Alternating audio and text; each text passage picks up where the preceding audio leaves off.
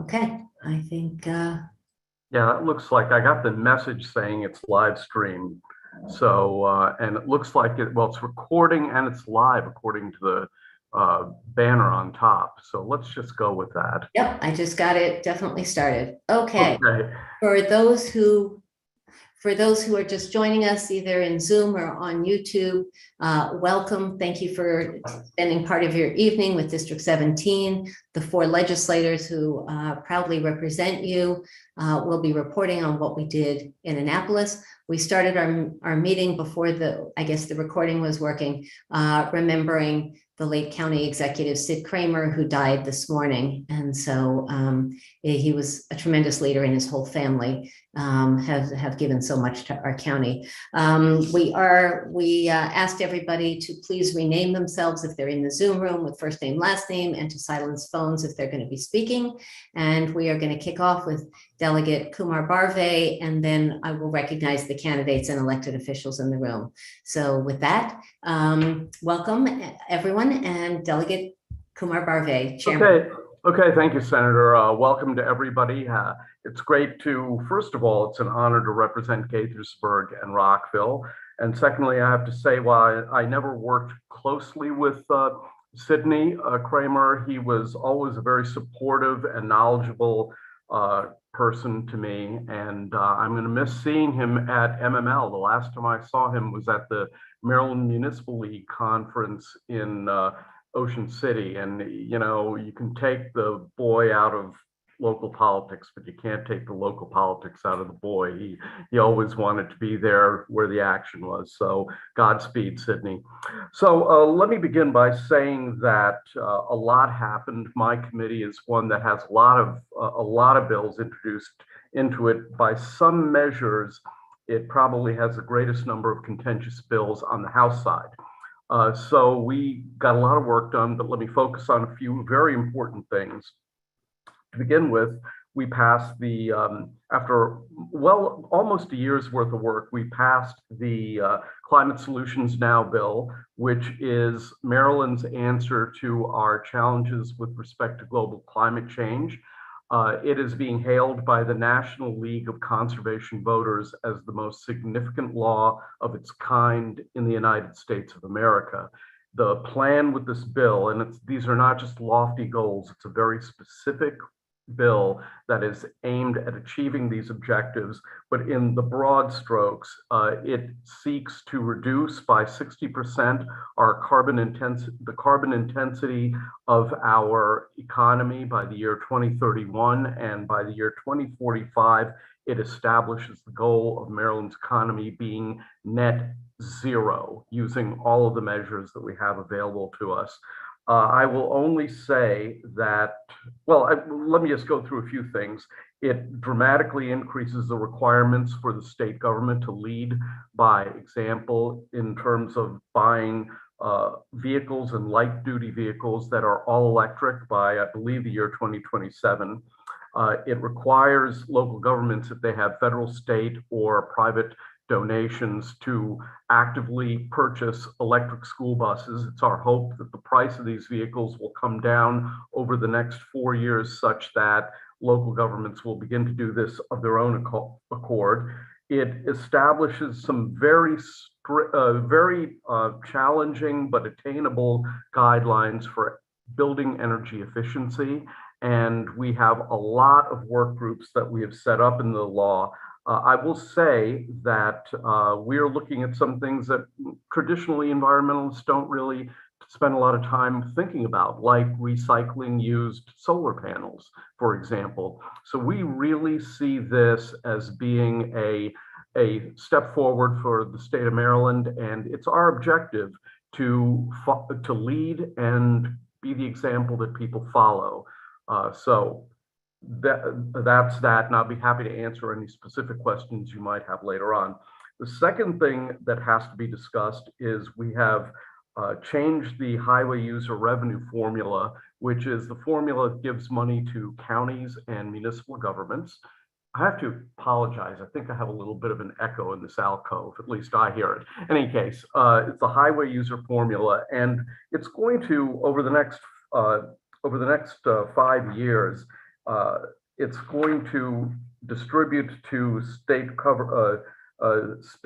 local and municipal governments hundreds of millions of dollars, and we expect that Gaithersburg and Rockville will receive in the range of $3 to $3.5 million each as a result of this. And this is money that our local governments can use to fix our roads, to plan, to improve dangerous intersections, and do all of the things that we've been needing to do for quite some time.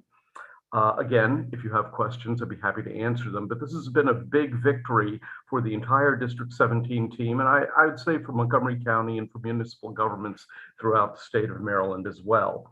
And, you know, before I go too much farther, I do want to say that yes, we have a gigantic surplus, but it is a temporary surplus, and it's one that we can really only count on for 4 years. And so it's our hope to be able to use this money to invest in a clean environment, better schools, and better transportation networks. And of course, Julie Palakovich Carr, being a member of the Ways and Means Committee, will go into more detail with respect to that.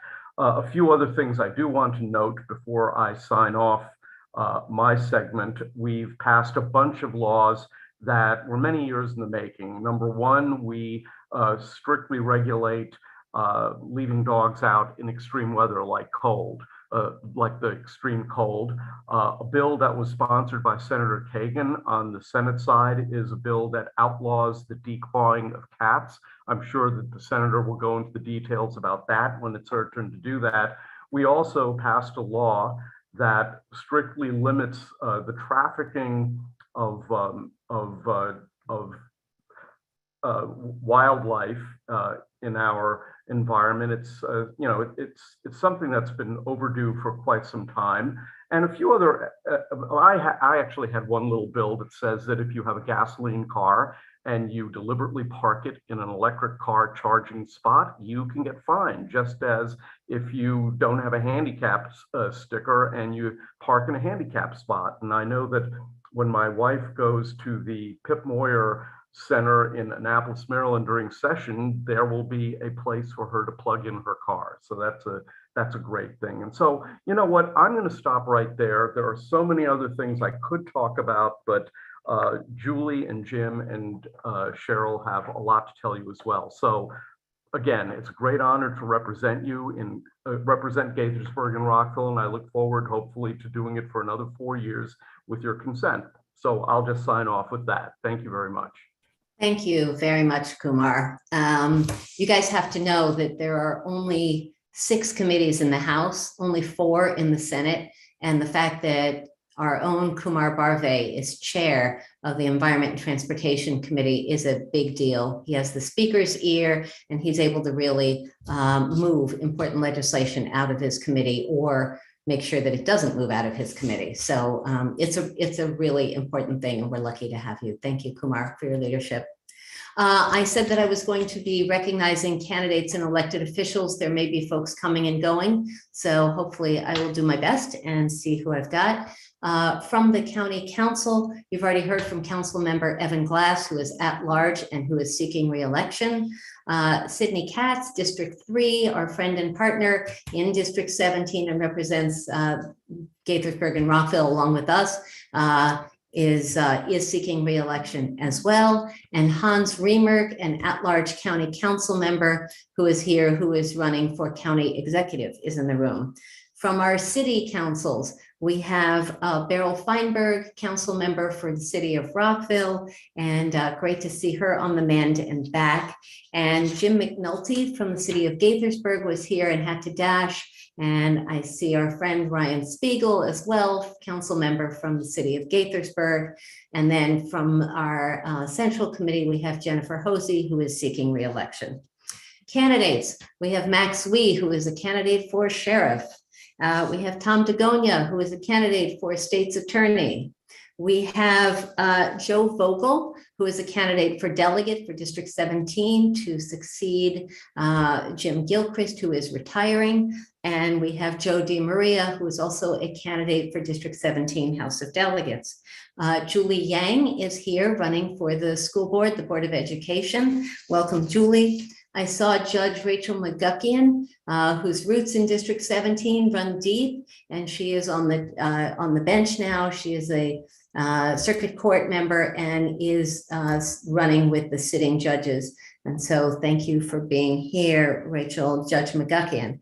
Running for the Central Committee, Matt Amon is running for there's a male slot and a female slot, and Gloria Aparicio, I think, is here as well. She is running for the female seat. The men who are here, all of them, I think, Matt Amon, Jim Metzler, and Jason Spiegel are all here and are all running. We also cannot get things done without our staff and the city staff.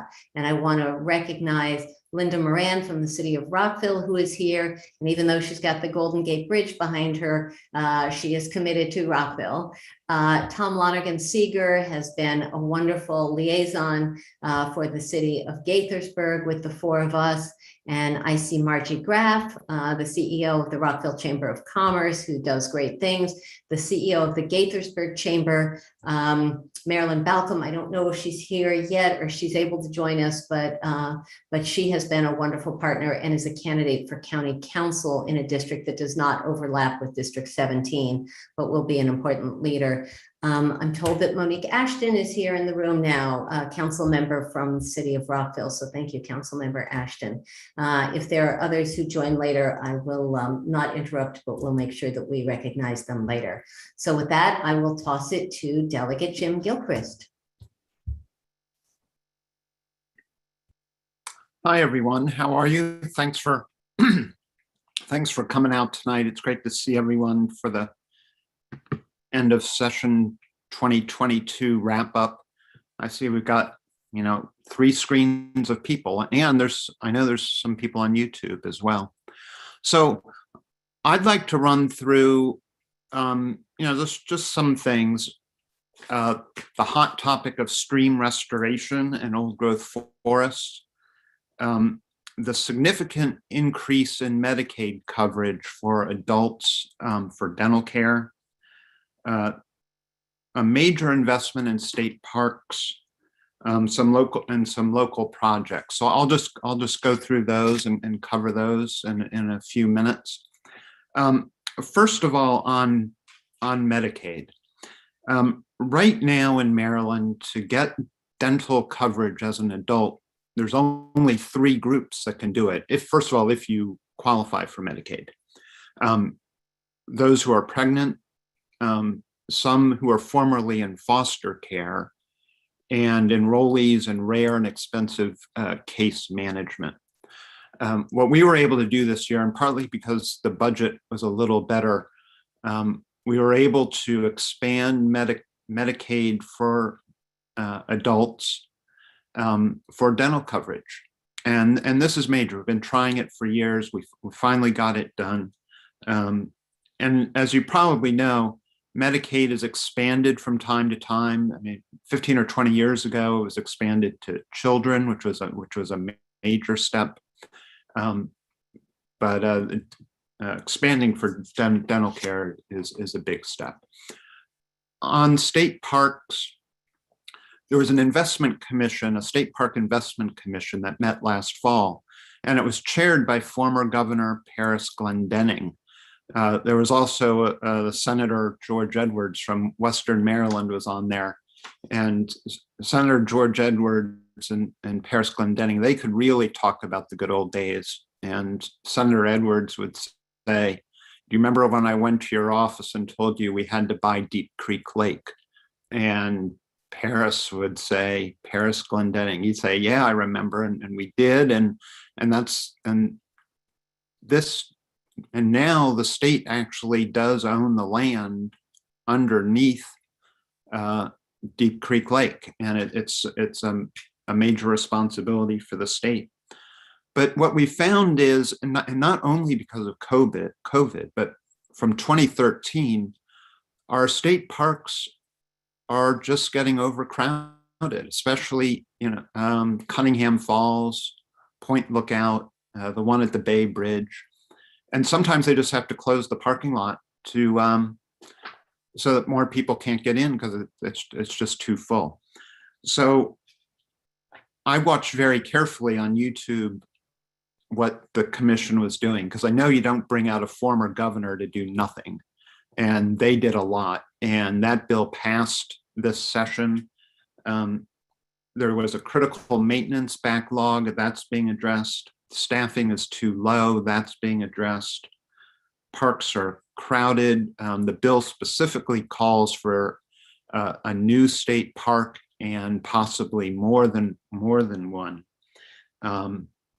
It's quite important work, and that was all legislation that that bill in particular went through my subcommittee, through Kumar's committee, and will really upgrade state parks. Now, a week ago we were in Gaithersburg for the wrap up there with the city of Gaithersburg, joined, by the way, by District 39, which was really nice. And I pointed out to District 39 that we can no longer take credit for all their good work, because now 39, because Rockville and Gaithersburg have gotten too popular, we've had to divide Gaithersburg between District 39 and District 17. And it's all the work of everyone here that's made Gaithersburg and Rockville so popular. So thank you. And so we can no longer take credit for the work, but we get to keep an eye on 39 too. But I brought up stream restoration there because we passed a bill that said we need to look at the regulations for stream restoration. I sat through a 40-minute briefing last interim from a constituent who had all these photos of stream restorations that had gone bad. And so what we did is we passed a bill that said stream restoration permits and regulations need to be updated. They haven't been updated for 30 or 40 years. And did Ryan just put popular about stream restoration? I think he did. So we're gonna look at that and try to fix it. Now, as Senator Kagan said, I'm not running for re-election. Excuse me. So Kumar, whoever your new chair of natural resources and ag, excuse me.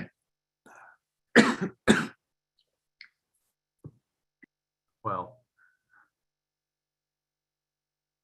yeah, the downside of him leaving is I'm going to have to do a bunch of that work now. That's right. But whoever the new chair of natural resources and ag is, they're going to talk about stream water restoration. And I know MML is going to be interested. I know MECA is going to be interested. So that'll be a big step forward. So let me just end on a couple of the local projects. Diamond Elementary School got funded in the capital budget. Significant funding for the Catherine and Isaiah Leggett building at Montgomery College. Significant funding for a wider circle and for the Jewish Foundation for group homes, Shady Grove Medical Center, and Habitat for Humanity. And if you look at the capital budget, you'll see a lot of items. Those are ones that I know most people know about, and we're very happy we were able to get that done. So let me pass the speaking baton on to Delegate Palakovich Carr. Before that, I want to recognize, so thank you, Delegate Gilchrist, for that. So I want to recognize that Bernice Mareku North has joined the room. She is a candidate for state's attorney, and so I want to recognize that she's with us. So is Tazeen Ahmad. She is running for Democratic Central Committee countywide. So we elect both District 17 as well as countywide, and she's kind enough to join us. So thank you, Tazeen. It's nice to see you again. And because we are here as Democrats and not just as reporting to the mayor and council or something, we are here as District 17 Democrats.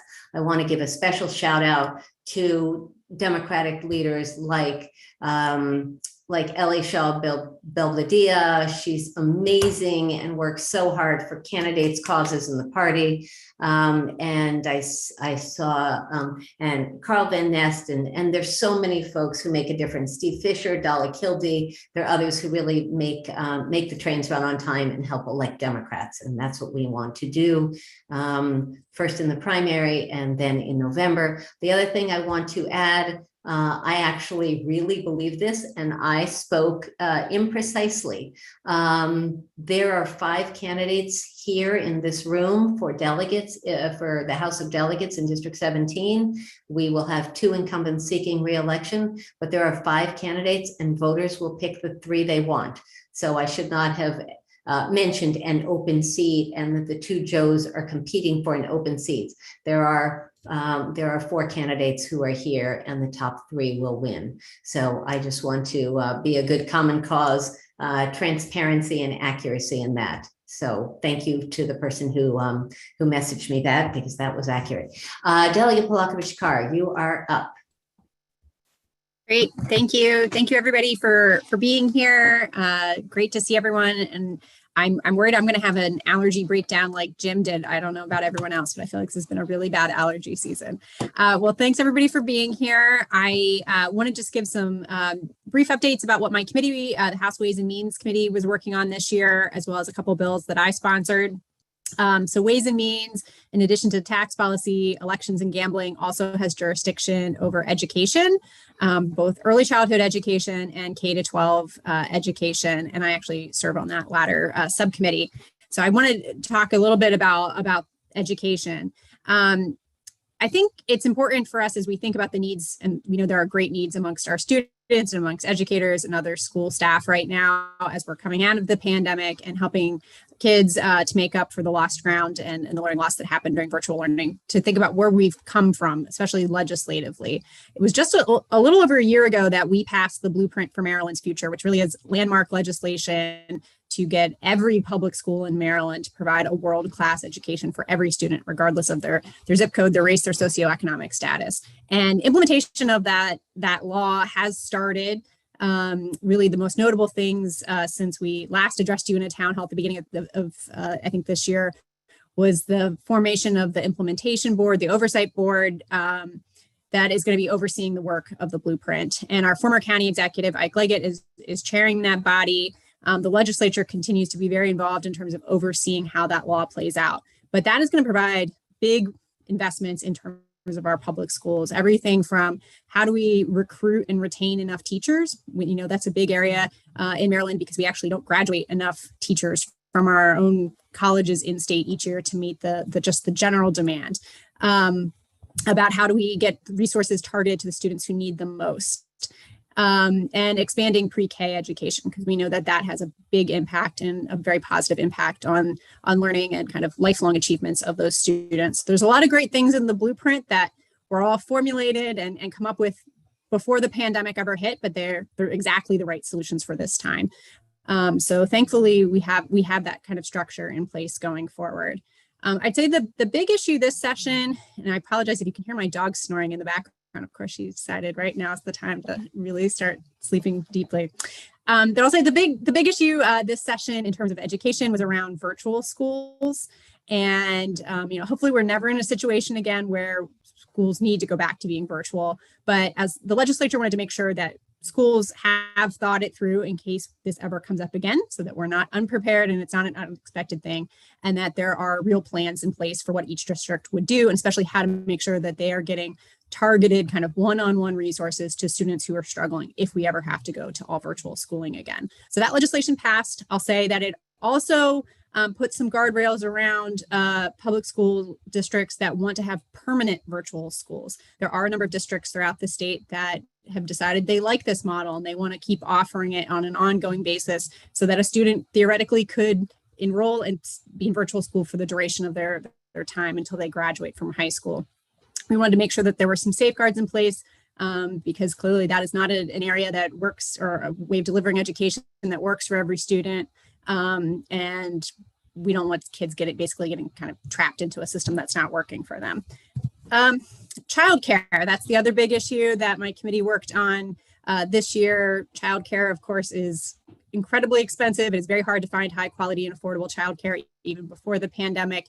That has only gotten worse as hundreds and hundreds of providers have permanently closed their doors in Maryland. We passed a package of bills this session to address both capacity and affordability. On the capacity side, we created a new loan program for childcare providers so that they could actually have more seats, be able to care for more children, either through expanding, building new facilities, or renovating their facilities. And then we also are trying to address the staffing shortages in this area. This is a profession that historically has not been very well paid for as much as parents and families spend on childcare. These providers are not making big profits. Their employees are not earning very good wages. So we passed hiring and retention bonuses for childcare workers.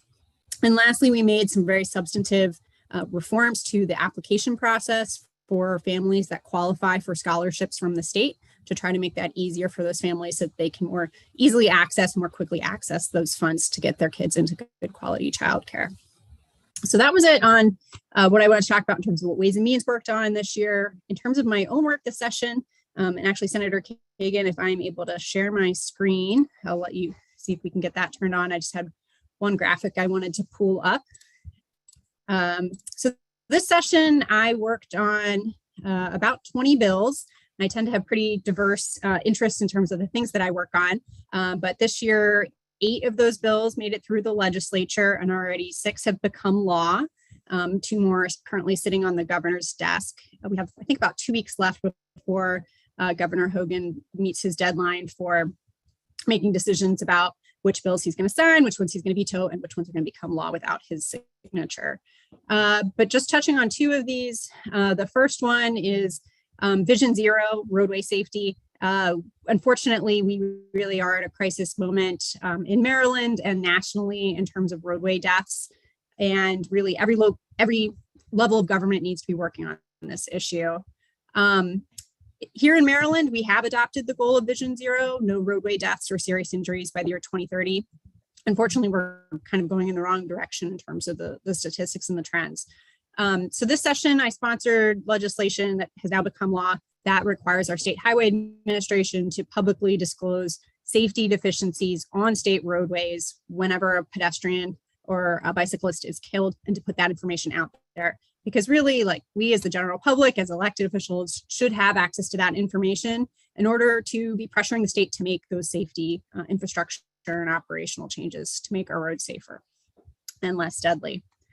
The other bill I'll touch on is affordable housing. Even before the pandemic, this area had a real shortage of affordable housing. With the way the trends in the real estate market have been going, this is only getting worse. So this legislation will basically allow the state to identify properties that they've already decided are excess and unneeded that could be suitable for affordable housing, and to donate or sell at a reasonable rate those properties, whether that's land or a building, to an entity that wants to put affordable housing in place. And I was really excited because yesterday at the federal level, the Biden administration put out their plan for affordable housing, and a similar idea is part of their platform to do the same thing actually with federal properties as well. So I'm really hopeful going forward what this might mean in terms of creating new affordable housing opportunities here in the state of Maryland. And then the last topic I just wanted to briefly touch on is bus rapid transit. Delegate Gilchrist did a great job talking about some of the local funds that have come back to our district because of bond initiatives. Our county delegation was very successful this session in advocating for funding for the county for bus rapid transit. I think there's something like 10 lines that are proposed. I think 2 of which maybe are in District 17. And we got both about $60 million in one-time funding for bus rapid transit, as well as about $20 million annually going forward. So that really should help to move those projects along in the near future. So with that, I will turn this back to Senator Kagan. Super. Thank you, as always. You can see how many issues we have before us, and I know a lot of you are going to have questions. Before we launch, I just want to acknowledge that David Blair, County Executive Candidate, has joined us. So thank you. He is, we're going to see him wave at us in a second if he gets his camera going. There we go. He's at another event, but thank you, David, for making the time to join us. I also want to acknowledge my staff, and I see that there are other staff, but Susan Burkett and Jeffrey Pollard are both on, and they have both been big assets to my team. And when your chief of staff is on vacation the night of the town hall meeting, you end up having extra challenges. So I just want to give them both a shout out for the work that they've done the last bunch of months. With that, I am going to share a screen because rather than just speak, I just figured that I would offer my visual. And so I'm going to do that for you and run through some of my highlights. And I hope you all can see that. Yes, thumbs up. Okay. So, and I'm going to run through it pretty briefly. So social media, I'm all over. I think you all know that. I have 5 Facebook pages, 4 Twitter accounts, 2 YouTube channels, and an Instagram page. And I have my own blog that Sydney Katz and many others have participated in, Kibitzing with Kagan. I hope you'll consider subscribing and watching some of those. The General Assembly started with masks and with a lot of protocols due to COVID. Those got relaxed as the numbers got better. The House and Senate did things differently, which was a challenge for advocates and for many of you who are deciding whether to come down and try to see us in person or not. So thank you for your indulgence. In light of the fact that we got a sneak peek at a scary, horrible Supreme Court case that would eliminate women's reproductive rights and access to abortion. It was really important that Maryland not only reiterated our right to choose and our commitment to women's choice, but expanded it. And so we made even more medical professionals eligible to be trained. We gave funding to help train them and are going to make funding available. Women are going to be coming from other states to Maryland, and I'd rather them be coming for tourism, but if they're coming to get reproductive health care, we're glad and proud to make that available. I went down to the Supreme Court. I was also at the rally in Baltimore. I think it's important that we have to show up.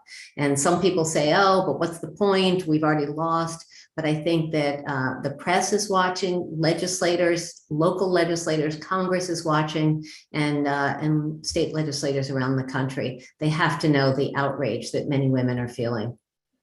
Redistricting took a fair amount of attention and time. As you all know, in Annapolis, we were responsible for not just the congressional map, but also the state map. The congressional map had to be redone. It was rejected by the court. We had to send a second version, and that did have an impact on District 17, particularly significant, but I was kind of relieved, as much as I liked the first map better, in a way, selfishly. The good thing about the new and final version was that it maintained having equal access.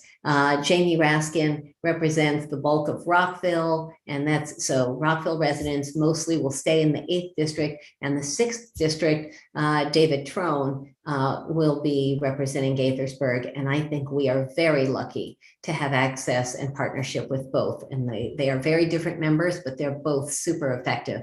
And now that David Trone is on the Appropriations Committee, he is a voice when it comes to getting federal funding, and Jamie Raskin, we all know, is a ferocious, brilliant, and effective constitutional scholar, spokesperson, and leader when it comes to the January 6th insurrection and follow on. I am not going to go through this whole chart, but I'll leave it up for a second. None of us have talked about cannabis, the $15, the 12-week parental leave. There are a lot of other bills here, and you will see here, this was one of the Senate presidents and many legislators' just top priority to make sure that we had paid parental, family, and medical leave. Climate Solutions Delegate Barve, Chair Barve has already talked about. As Vice Chair of the Education, Health, and Environmental Affairs Committee, I worked closely with Chair Paul Pinsky, who was the sponsor of the Senate bill, as Kumar was of the House bill. And it's really important, critically important legislation. And it's only a piece of the puzzle, but it's a big piece. The budget was huge. And because of federal funding, we had money to give tax cuts. And as I think it was Kumar who referenced the amount of money that went to capital projects, local capital projects, and many other things. So there were also, we made more items tax exempt, whether that is diapers or dental floss. There's a lot now that is going to be tax exempt. The capital improvement projects I referenced. I think everyone on this, I hope, on this Zoom knows that the tragedy of 3 people have died in our district. And I always say that when 911 fails, people die. And I've spent 7 years, my whole time in the Senate, basically working on 911. The last 4 years, I have chaired the Next Generation 911 Commission. Yesterday, in addition to signing 2 more of my transparency bills, the governor signed my 4th and final 911 omnibus bill. It had 9 components and is a really big deal. Maryland is at the forefront nationally when it comes to next generation 911 and saving lives. I'm happy to take questions about that if you're curious. There were many other environmental bills. And we are waiting. Delegate Palakovich Carr mentioned the veto window, which is getting close. The governor has until May 30th to announce any vetoes. There is tentatively another bill signing date for May 26th, just a few days before then. Delegate Vaughn Stewart and I passed a bill banning coal tar, which is just terribly carcinogenic stuff that people used to use on their driveways to make them look pretty. But when you walk on it, or your puppy walks on it or whatever, you bring it into your house and it's deadly stuff. And Lowe's and Home Depot and True Value and Ace Hardware and others won't even carry it for fear of liability. So it's bad stuff. We're hoping he will sign it. I passed 3 election bills. Delegate Palakovich Carr was my cross file. She referenced the one about 50-50 financial obligation between the state and the counties. We've had some problems and some unexpected obligations that have been foisted on our counties, which is unreasonable. That was an emergency bill, and that is now law. There are 2 more that I passed, one having to do with recounts. The other talks about canvassing and curing. Make sure if you vote by mail, make sure you sign the oath on the envelope or your ballot will be at risk of not being counted, and it will have to be cured, which means that the Board of Elections is going to have to get in touch with you, and you're going to have to take the extra step, all that. It has a lot of other components. Kumar mentioned my bill to ban the declawing of cats.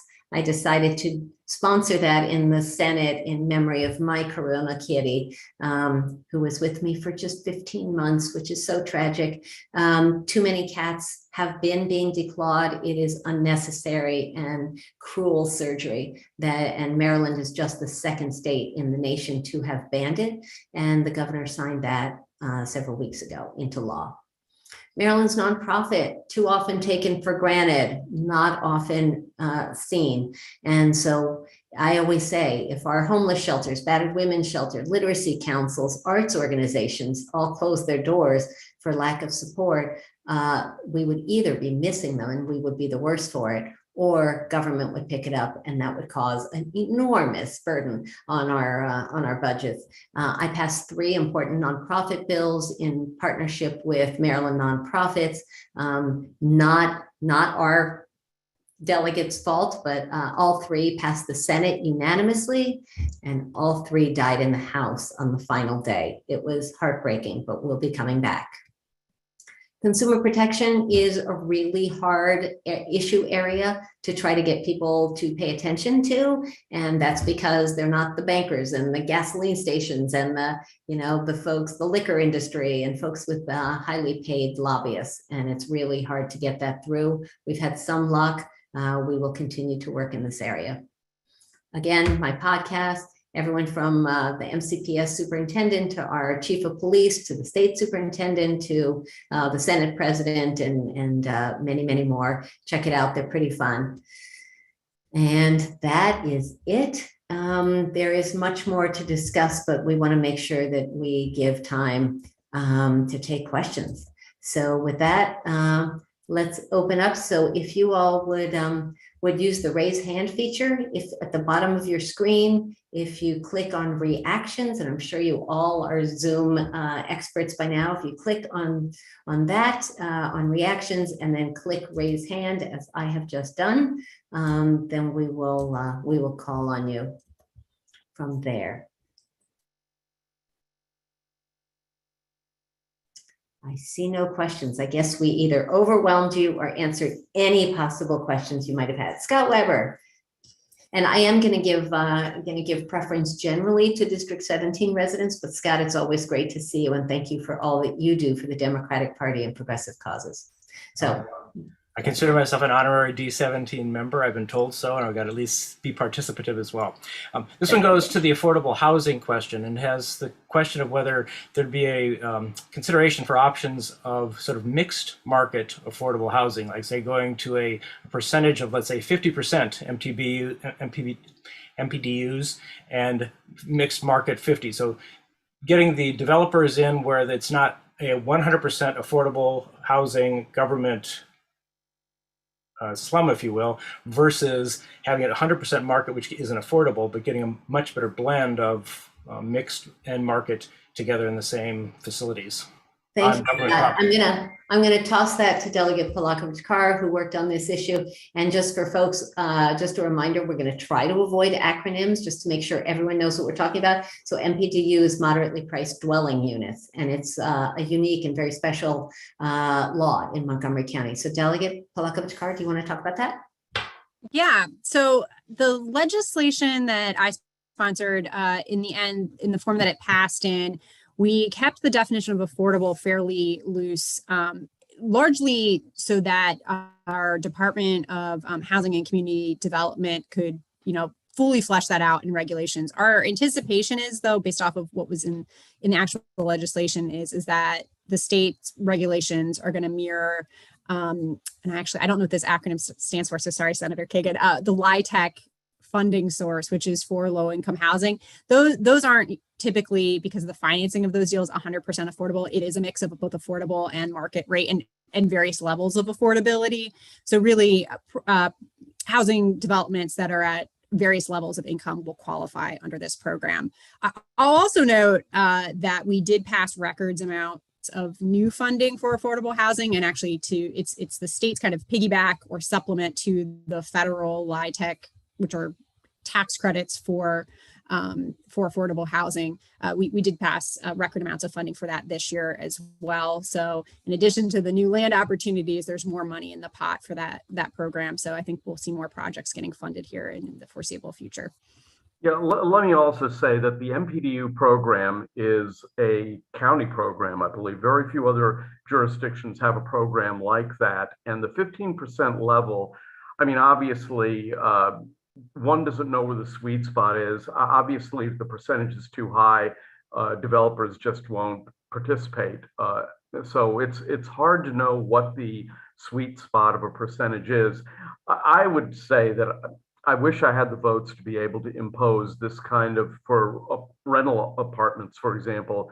I wish I had the votes to make it the law of the entire state of Maryland, but I would never come anywhere close to being able to have the votes even for 15 or 10% statewide. So really, I think that's probably more of a local government decision. I don't know how the percentages come about. So thank you. Scott, I would also add a couple of things. First off, I think I'm sure you and others in the room will want to be watching the county council and county executive elections to make sure that folks are speaking to those issues and have solutions and proposals that make sense to you. The other issue, Delegate Palakovich Carr, was the Senator Hedelman bill and I can't remember, were you the crossfile? But anyway, but taking government buildings that have been vacant for a long time and making them accessible for housing. And I think that's very creative, very exciting. And I look forward to seeing how that's going to go. And I've actually had conversations about whether that's something that we might be able to pursue in Montgomery County, whether that's school buildings, and I'm going to mention that while Julie Yang is here, and or county buildings. And I have been trading calls with David Dice, our facilities person in the county. And so that's interesting. I also want to recognize that State's Attorney John McCarthy, who is seeking re-election, has joined us. So thank you, John. Next question, Art Milholland, welcome. Thank you, good to be here. I was distressed to read in Maryland Matters about Governor Hogan's plan to close 2 rural hospitals, one in Hagerstown and one in Salisbury, hospitals that apparently serve the poor and low-income people in some vague ways. I think the article said plans were to disperse those people into the community, but no services there were advised. And the article said that the legislature had provided some funding for at least 1 more year for these things. Can you tell me anything about those? Spring Grove was also apparently originally going to be closed, leaving no state hospital for mental patients, but that's now on hold and that's still there. Can you talk about the rural hospital situation in a country? We've closed hundreds of rural hospitals in this country already, and I hate to lose any more. So Art, thank you for the question and thank you for your passion for the issue. I have just put in the chat if people want to read more about this issue. I'm not sure whether any of the 4 of us have expertise, and obviously it's not in our jurisdiction or anything, but I think we should all get informed about it. And you all probably understand intuitively that Governor Hogan and his staff is pretty aware of social media, especially depending on what his future plans might look like. And so reaching out on Facebook and on Twitter, Instagram, I think he and his people do notice that. So that is one way of speaking out. I'm not sure whether any of the 4 of us, Kumar, Julie, Jim, you have anything you want to add to that? No, it's the subject matter more of either appropriations or helping government operations. So and the Senate Finance Committee or Yeah. Budget and Tax. So I'm not sure we've got the expertise, but again, I did put it in the chat if people want to read more about that. Are there other questions? If there, I don't want to do this unless they're both available, but if David Blair and Hans Riemer are both here and interested and we have time and there's no further questions, I'm just wondering, colleagues, we haven't talked about this, but it's early. I don't know, maybe we give people, 2 minutes. We do have the 2 other delegate candidates that both appear to be in the room. I hate to put you all on the spot, but we've got time. You want to give 90 seconds to each of the 2 candidates who are running for delegate, since I'm fine with it, Cheryl. okay. All right. Let's go in alphabetical order. Joe DiMaria, if you're good to go, I am going to set a timer and for each of you, and welcome. I'm glad you're here. You may begin. Thank you. I want to take this opportunity not to talk about my campaign, but to recognize the great job that Senator Kagan and our delegates have done for us. And the last time we elected a General Assembly 4 years ago, and a governor and a county council and a county executive, they could not have foreseen what has happened in the last 2 years. Now, my mom died of COVID-19. That was a great tragedy for my family. But I'm the first one to recognize that there's more than one type of suffering, that unemployment, closed businesses, kids missing out on school, that's suffering also. And our elected officials have had to choose between different types of suffering for their people. And nobody should be in that unenviable situation. I hope not ever again. So I just want to take the time to recognize all of our elected officials at all levels of government and what they have had to deal with in the last 2 years, which they didn't sign up for, that's for sure. And thank you all for the efforts that you've made. Thank you. Thank you, Joe. You've got 31 seconds left. Do you want to just give your website or any information about your campaign if people want to get I'm going to involved? post my my information for my website and all in the chat, so Okay. you can have a chance to copy it down. If anyone wants to call me or send me an email, I'm always available. And I look forward to going to Annapolis with you in January. Thank you. Great, thank you. Just a reminder, folks who are, whoops, dismiss, people who are watching on YouTube will not be able to see the chat. So with that, Joe Vogel, you have 90 seconds. You may begin. Wait, hold on. I have to figure this out. Let me remove spotlight that one. Okay. Joe Vogel, welcome. Thank you. Clock's ticking. It's great to be here, and thank you to the delegation. I just want to take a minute to say a big thank you to Delegate Jim Gilchrist, who served us all in Annapolis so honorably for 16 years. I had a conversation with Delegate Gilchrist recently, and I learned during this campaign that Delegate Gilchrist was one of the first legislators in the state of Maryland to come out in favor of same-sex marriage before it was politically popular. Right, he was one of the first out there, putting his neck out there in support for what I consider to be such an important moral issue, one that definitely affects me personally. So that is just one example of his courageous leadership, and I'm grateful to him. I'm running for delegate in the community that I grew up in. My family immigrated to the United States when I was 3 years old, and I grew up here in Rockville. It is an honor to be running to give back to the community that's given me so much. And we've built an incredible campaign, an exciting campaign. We've been endorsed by the Montgomery County Educators Association. We've been endorsed by the Sierra Club, the League of Conservation Voters, SEIU. We are building a grassroots campaign with folks from all over the district, and we'd be honored to get your vote. I'd be honored to get your vote. Our yard signs just got here, so if you want one, please let me know. You can learn more about our campaign at joevogel.org. Send me a message, give me a call at 240-731-9896. Have a good night. Time. Wow. All right. Okay. Well, that was value added. Thank you all. Let me remove Joe from spotlight. Wait. Hold on. Sorry. Okay. I think that worked. There we go. Okay. If anyone else has questions, now's the time to raise your hand. Saw a question in the chat from Councilmember Ashton. Any discussion on additional incentives for office space to convert to housing given the changes in the commercial office market? And I'm starting to write a response to you, Councilmember, but then figured if we have a chance, I would just use it here. actually, Yeah, I just Go ahead. spoke about that, Monique. I just talked about the legislation that we passed this year, and the question is whether that's also something that will be considered at the county level. Well, let me just quickly address that, because this has been a number of bills on this topic have come up in my committee, and there are a number of people who are very interested in doing a deep dive on that before the next General Assembly session.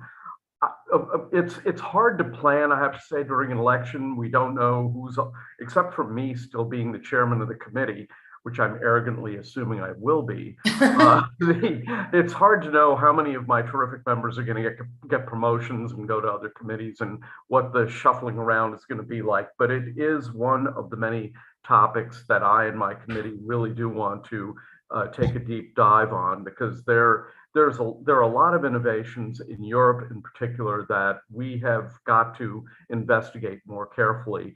But at the end of the day, we need more housing. We need it in all forms. We need to build more units, because in the state of Maryland, there is a deficit of 80,000 units in the entire state. And most of the housing experts feel that that is actually a low estimate. So, if the rent's so damn high, that the reason is we don't have enough places for people to choose amongst to call home.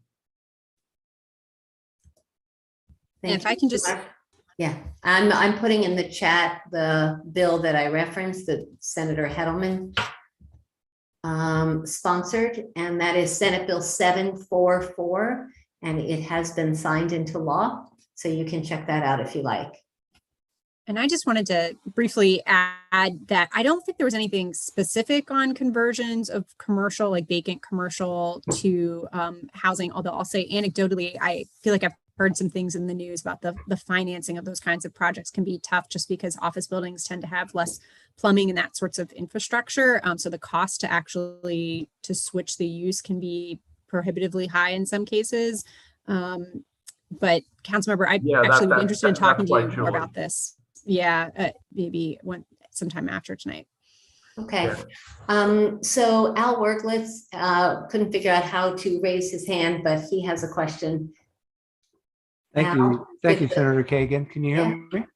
Yep. Good to see you. I saw the other day that the District of Columbia has mandatory building energy efficiency standards, at least if I read the article about that correctly. I don't believe that made it into the statute that the Maryland legislature passed this year basically calls for some more studies. No, we do have a requirement for the Department of the Environment and I believe some other agency to begin the process for building energy standards. We also require that by the year 2040, existing buildings have to, I believe, become net zero. What was removed from the bill was a requirement for new buildings to be all electric. That was removed, but the building energy standard requirements are in the bill. And let me look and see if I can find the specific language, but we do have those standards. And moreover, we've got some very specific, we've got some really specific language about requiring the standards to follow the International Green Building building standards codes. Yeah, right. The building energy transformation, there's a building energy transition implementation task force, and we require that the task force make recommendations based upon our greenhouse gas emission goals and based on the most current technology. Our attempt with this bill is to see to it that we really put Maryland at the cutting edge of building energy standards, and at least with respect to the National League of Conservation Voters, they tend to agree with the approach that we're taking. Well, thank you. I'll take a closer look. Appreciate the clarification. Yeah. Thank you, Al. Thanks for the question. And it was good to see you recently. Art, if there's time at the end, we'll take second questions, but I'm going to call on people who are asking their first questions, if that's okay with you. And you're a wonderful advocate. We appreciate you. But Carl Van Ness, followed by Councilmember Sidney Katz. Carl, welcome. Thank you very much, Senator Kagan. There's salt is a big problem, along the Muddy Branch and in Gilchrist and Rockville. In New Hampshire, they've got a law that they've passed that says they provided limited. They keep people from being sued if a salt applicator applies salt appropriately and maintains the appropriate set of records. Is this something that you think that we could get through next year? Thank you. Let me start, Kumar, and then I'll toss it to you if that's all right. Sure.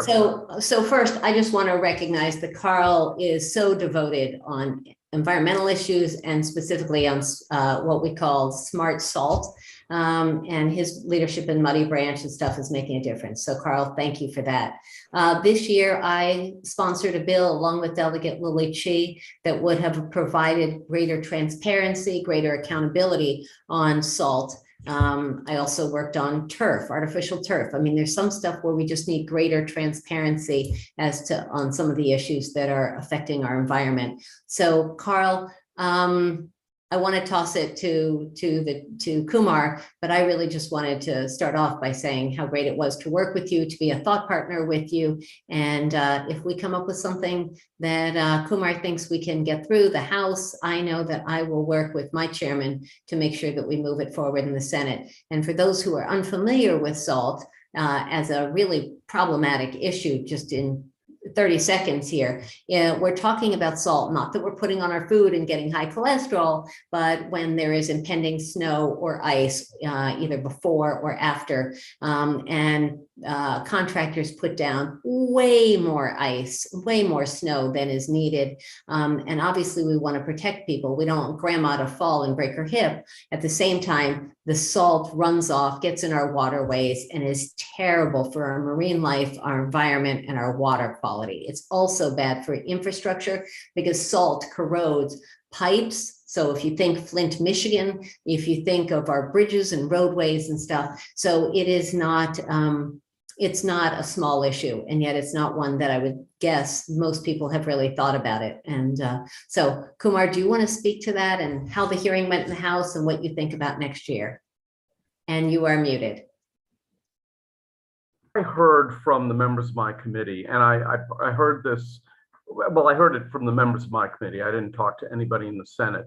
There was a kind of an unease about the possibility of the roads not being safe enough. And so I guess what the members of my committee were concerned about was to find out where the sweet spot is, where you don't put down too much salt, but you don't also put down an inadequate amount of salt as well. And so this is one of those issues that I think is going to take more than 1 year of consideration, because it's not a simple yes/no question. It's more of a balancing question. And I know that we're going to look at it again because there is an understanding of the corrosive effects, literally and figuratively, of using too much salt application in the wintertime. And the last thing that I will say, and I agree with everything Kumar said, the last thing is that the world will change if we elect a Democratic governor, because trying to navigate some environmental legislation, knowing that there's a threat of a veto on the second floor in the governor's office is a problem. And so it was a problem. Delegate Palakovich Carr talked about the Kerwin Commission, the blueprint for Maryland schools, and that's a 10-year plan, and the governor vetoed it. And, you know, there's just stuff that it'd be nice to have a partner in the governor's mansion and not someone we have to work against. So, Carl, thank you for the question. And there's a lot more going on in the chat here, so we're going to try to see what we can get to. Council Member Sidney Katz. Well, thank you very much, Senator. First off, let me just thank you and the delegates for all of your hard work and literally saving lives with 911 and all of the fine work that you have done. And I did want to take a moment to really thank our good friend Jim Gilchrist, who we've actually known for a couple generations, who was raised to be a delegate, and he has done a wonderful job. And I hope he will continue to be so very active in the community.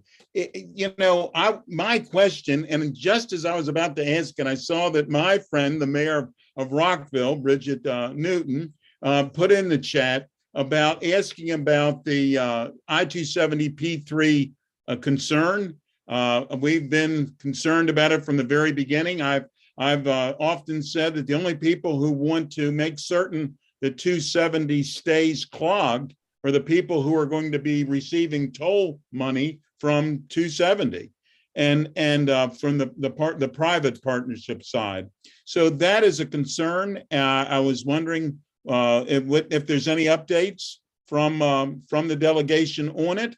And in addition to the P3, all the monies that they might be giving towards it, we're still going to have to relocate the water lines on 270. And that's another expense they say it's not tax dollar expense. It comes from the ratepayers who, oh, by the way, are the same people who pay taxes. So let me ask that question, and thank you all for everything you do.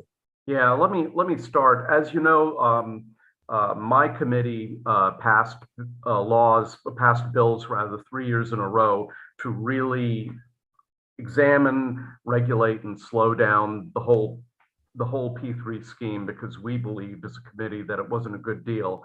I'm not blaming Cheryl, but the Senate chose not to vote on any of these bills. And so it's a bit of a frustration for me. We didn't have any bills this year because we were focusing on other things, and I wasn't able to get the members of the Budget and Tax Committee to really respond to what my concerns were on this. And for the record, that's not Cheryl's committee. So, I think that it's, I think it's unfortunate that it's evolved the way that it has. And that's really all I can say at this point. I think that, a new governor and a new look at this by a county executive might have some effect. But it's really hard to say from a legislative standpoint. I think we can't do anything without both chambers working together. That's right. Jim, Julie, do either of you want to add something? And then I'll go after you're done, if you like. I guess it's you. Okay. So let me just say that this is a hard issue. Gaithersburg has a different perspective than Rockville does. And I have testified before the Department of Transportation. I have spoken at the Board of Public Works. I was actually the only legislator who drove to Annapolis to testify before the Board of Public Works right before they were going to be making decisions on this.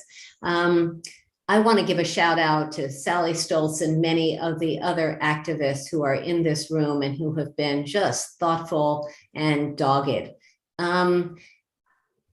We lost the Board of Public Works vote by 1 vote. I'm sure that you guys all know it's a 3-member body. It's the governor or lieutenant governor if the governor is absent. It's the state comptroller and it's the state treasurer. And Governor Hogan was for it. Former treasurer Nancy Kopp was against it, and the swing vote was the hypothetically swing vote was our comptroller, Peter Franchot, who's now running for governor. Peter voted with Governor Hogan, as he has been doing. And I know I'm being political, but again, we are Democrats here. And this is a really important issue to our district.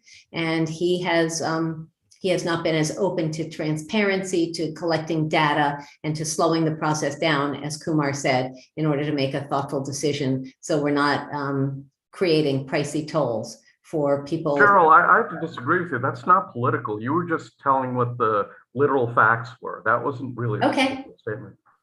I'm not sure that Peter Franchot would agree with that, but that is the literal facts. Fair enough. So the bottom line is, it's not done. We have a new Secretary of Transportation. We're getting a new governor, and we're going to, maybe get a different county executive. We're getting new council members as we increase from 9 to 11. There will be some turnover and some reelection and some changes. Make sure you know where folks stand if you are passionate about this issue. With that, I want to shift to Julie Yang, who is running for school board, followed by Tom DeGonia, who is running for state's attorney. Julie, welcome. We're glad you're here today. Yes. Good evening, everyone. So glad to be here. I have to disclose, I consider myself a Rockville-er, if we can say that. I used to live right back Tower Oaks and Montrose. Now, thank you for the whole D17 team. I feel like we have champions in Annapolis for education. So thank you so much. Now, I do want to get an update, Senator, on that turf transparency bill, because many of our schools use these artificial turfs. We need to know how it impacts the health of the users and how it impacts the environment. As we know, we need to replace it after 10 years or whatever years it is. So any update? Thank you so much for the question. So we had a bill that was as small and prudent and modest as it could be. Delegate Mary Lehman from Prince George's County and I sponsored that bill. And what we wanted was basically chain of custody. And there's so many dangerous products that we want to know where it starts, where it was born, where it lived, where it died. And some of you may or may not remember reading about the fact that there was a whole field of disposed artificial turf dumped by a waterway in Rockville off of Goody Drive. And the tire crumbs that help make it up is toxic. Again, we're talking about our waterways. We're talking about pollution. There's also the question about, as you indicated, Julie, that it has a limited shelf life. And when it's hot outside, athletes can't even use it because they will literally get like heat stroke, and it is toxic to their health.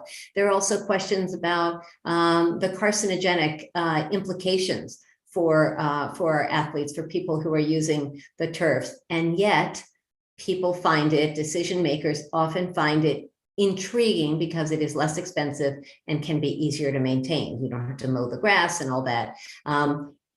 There have to be alternatives, but the bottom line is we have to know where it is and how it's disposed of, so it's not dumped in our waterways or in our neighborhoods.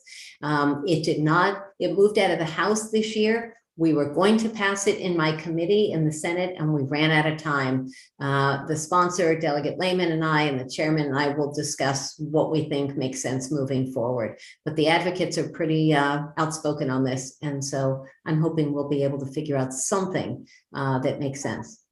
Yeah. So thank you for your interest. Thank you for the question. Yeah. Anyone else, Kumar, on that issue, turf? You're muted again. You're muted, Kumar. Can you hear me now? Yeah. Yep, gotcha. Yeah, for something I was answering. Nope. Kumar, you went mute There we again. go. Yep. It was, Okay. no, I was answering a question in the chat. Yes, I opposed the I-270 expansion. So I was typing that and hit the wrong button, and I erased That's all right. my You're screen. here now. We're glad. So, yeah, I think we passed the bill out of my committee twice, and Mary Lehman was very good about compromising on the matter. And I think 3 times will be a charm. I think that's what it's going to be. You know, Okay. that's sort of a excuse, but I mean, the fact is that it's a good bill. She and you both negotiated a good deal, and I'm confident we'll get it passed. Good. Tom DeGonia, candidate for state's attorney. Welcome. Welcome. Thank you, Senator, and thanks to the D17 team.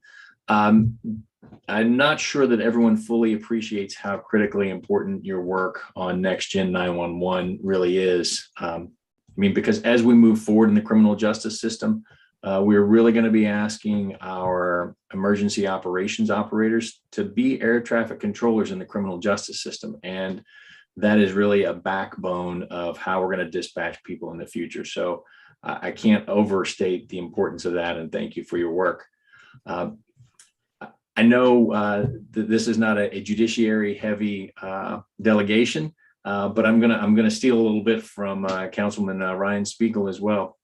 And certainly given the mass shootings that we have seen over the weekend and the increase in gun violence in the county, if both the senator and the delegates could kind of look into their crystal ball and see what might be on the horizon for our next session on criminal justice reform, or certainly on gun issues that you might see. It really depends on who the next governor is, because the legislature has been very supportive of gun safety legislation, and we passed both chambers. We passed the ghost gun bill, and you know, it really depends on who the next governor is. Fair enough. Julie, Jim? Yeah, just to expand. So, I mean, in the last few sessions, we really have passed a number of very strong gun control bills. This session, we banned untraceable firearms, also known as ghost guns. That's something that Delegate Leslie Lopez, who represents District 39, just to our north, has been fighting for, along with Senator Susan Lee from also from Montgomery County. And I think that was the 3rd or 4th year that they've tried that bill, and that finally has become law. But also, you know, last session we passed legislation to ensure that all firearms that are being transferred in terms of ownership are subject to a background check. Before, there was a loophole involving long guns like rifles that were not subject to those background checks. That loophole has been closed now. I think maybe one of the pieces of outstanding business, and I was just trying to check quickly, but didn't quite get the answer in time, is I believe Speaker Jones had legislation this session that had to do with storage of firearms, especially in, say, pawn shops, where it's been an issue, especially in some other parts of the state, of where those stores, the guns are being stolen out of those stores. They aren't being secured properly at night. And that legislation would have required those store owners to make sure that the firearms that are part of their inventory are being stored in a secure way. I don't think that bill made it across the line. I'll get a final answer in the chat once I find the status of that, unless one of my colleagues remembers. I almost think the governor vetoed it and we overrode it. Yeah. Why No, don't you that look could it be. up? I'll look it up. Okay, we spent a lot of time debating that on the Senate floor. Okay, there are a lot of other questions in the chat here, but does anyone else want to ask a question? We have 10 minutes left on the clock. There's a question about our sitting judges in the chat, and I do not know the history, but our circuit court judges are vetted and interviewed and considered by a whole panoply of bar associations, the women's bar, the Latino bar, the African-American bar, the women's bar, blah, blah, blah. And then the governor makes an appointment at their next election. They have to stand for election. They tend to run as a slate as sitting judges, and they are not left or right or center. They are just running as sitting judges, and it is devoid of politics to the degree that that's possible. Having said that, we live in a democracy, and people are allowed to file their candidacy and run, and that has happened for the past bunch of times. I will speak for myself, but I think I'm speaking for all four of us, that we tend to support the sitting judges and endorse them without regard to any particular cases or background. We trust the process. Kumar, Jim, Julie, are you guys, I think we're all sitting. Yeah, judges, that's my place. And I actually don't think judges should run for election. At the very most, perhaps retention elections but this whole business of watching judges awkwardly raising money from the very attorneys who are going to be trying cases in their courtroom. I'll tell you an interesting thing. When my wife became workers' comp commissioner, she's a workers' comp judge, she and I made the decision that I wasn't going to accept any campaign contributions from any of the attorneys who appeared before her, because I considered it to be, we both considered it to be a gross conflict of interest, and there's no way I could shake them down, but that's not why I'm in office. And so I don't even think they should be running it, to summarize my position. I agree. I think a lot of us have that position. So because there's some people who are watching on YouTube, I just want to share what Delegate Palakovich Carr put in the chat. Julie, do you want to share that about the gun storage bill? Yeah, so Senator Kagan was right. We did override a veto on that, so that did become law this session. So there is new storage requirements for firearms. Yes, good. Okay, I think in the last few minutes, I'm going to ask, let's see, I think I'm going to first toss it to Dolly Kildee, so you can tell us what some upcoming Democratic events are. The Rockville Mid-County Democratic Breakfast Club that you so ably chair. Why don't you unmute and tell us the upcoming calendar of events? Okay, thank you, Cheryl. We just have one more, and that's in June. We're going to have the candidates for Attorney General, Congressman Anthony Brown and Judge Katie O'Malley. Okay. Since our July meeting, pardon? Do you have the date of that, Dolly? It's the third Monday. All right. I'm not exactly sure what that is, but then in July, the third Monday is the day before the election, and we figured people are going to be really busy, and certainly no candidates will want to come, and we figure people will be busy with other things, so we're not going to have a meeting then. Okay. But thank you for asking.